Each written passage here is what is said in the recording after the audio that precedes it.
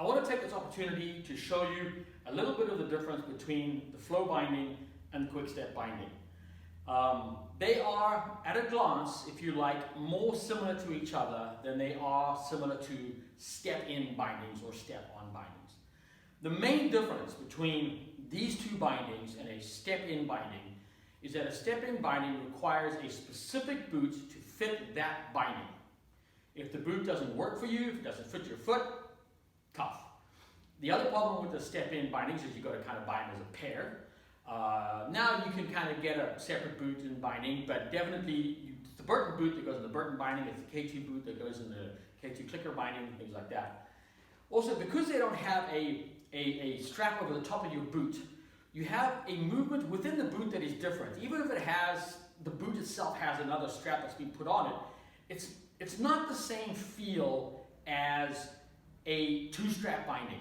You could argue that they're good, you could argue that they're not good, but they're certainly not the same feel. They do feel different, for better or for worse. These tend to feel like a normal binding. I've ridden plenty of two-strap bindings over the last 30 years. I've ridden plenty of different flow bindings. And if you get the right flow binding for your style, because they've got a range of them, then they feel, to me, like any two-strap system. So now I want to get into the differences of these two bindings, the Quickstep and the flow. The main difference, the thing that is of most importance, is that the flow binding opens out the back, whereas this opens to the side. Now, one of the problems with the flow binding opening to the back is you get this buckle hitting the snow. So when you're coming off the lift, this buckle is dragging on the snow, and it can cause you to fall getting off the lift, or if you're skating, it's dragging around.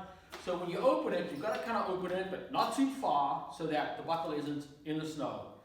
The next issue that you have when you're skating, so if you imagine this as being on the back foot rather than on the front foot as I've got it set up here, and it's down like this, and you're trying to skate with your back foot, you're a couple of steps there, and you're hitting this binding.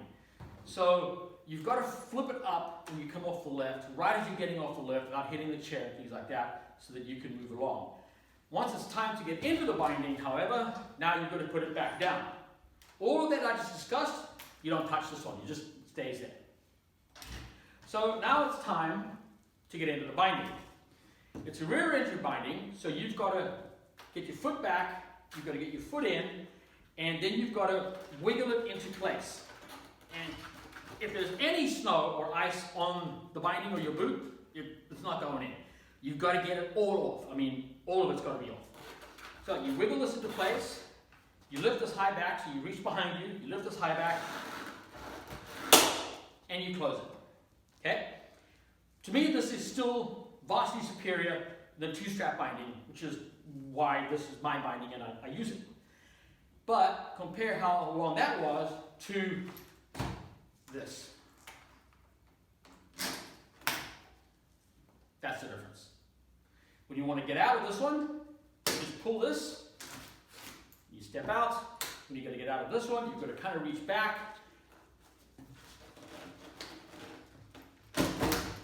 like that.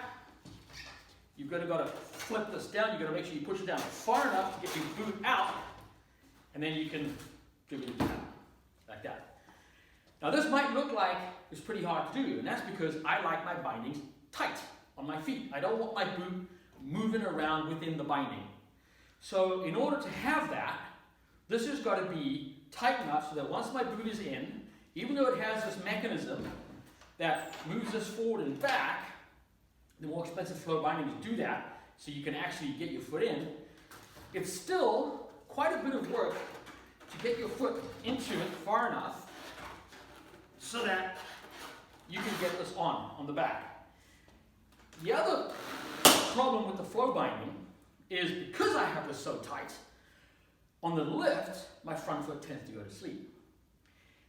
I tried opening this on the lift to take the pressure off my foot, but this is super sketchy. You know, it's like there's nothing holding this board onto your boot now. If somebody, the skier next to you, if someone bangs your board, it's going to come off your foot and bye-bye board. It's going to hit somebody, or you're going to lose it, and your run is ruined because you're hiking down the mountain chasing your board. So, you know, I tried that a couple of times. I don't do it anymore. You can loosen this on the lift, but it's not that easy to then, like, you do that, and then when you get to the top and you're coming off, you then got to retighten it so you've got it where you want it. You can do it, but it's not easy. With this, on the other hand, no matter how tight you make this, okay, if I feel like my foot's going to sleep, or I just wanted to relax on the way up the hill, that's it. You do that, the pressure's off, your foot can't come out of the binding, there's no way for your foot to come out of the binding.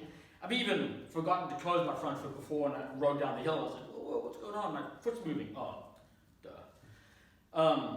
So you do this, you approach the top of the mountain, you just reach down, you close that, and then the back foot is, obviously you step in it when you come off and you're ready to go.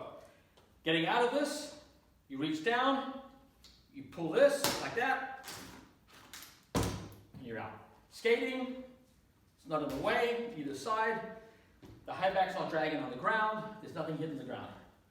So, at a glance, these appear to be similar. Lots of comments about, oh, it looks like a flow. But I hope I've demonstrated just how radically different these two bindings really are.